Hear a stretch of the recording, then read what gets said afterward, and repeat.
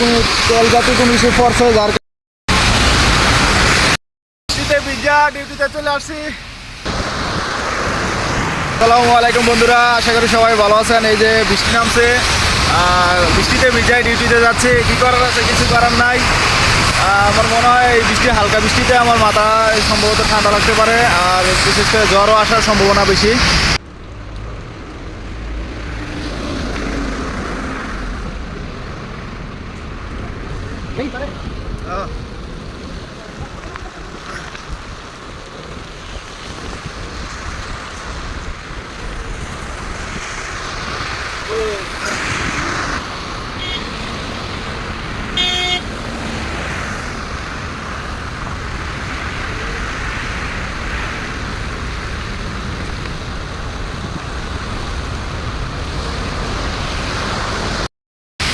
এই যে দেখুন রাস্তার অবস্থা, এত পরিমাণে পানি নামছে।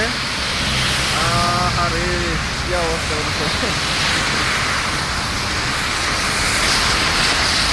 এটা বুঝতে পারলাম না। পানিটা এত কালারটা এরকম করে সাদা হয়ে গেল।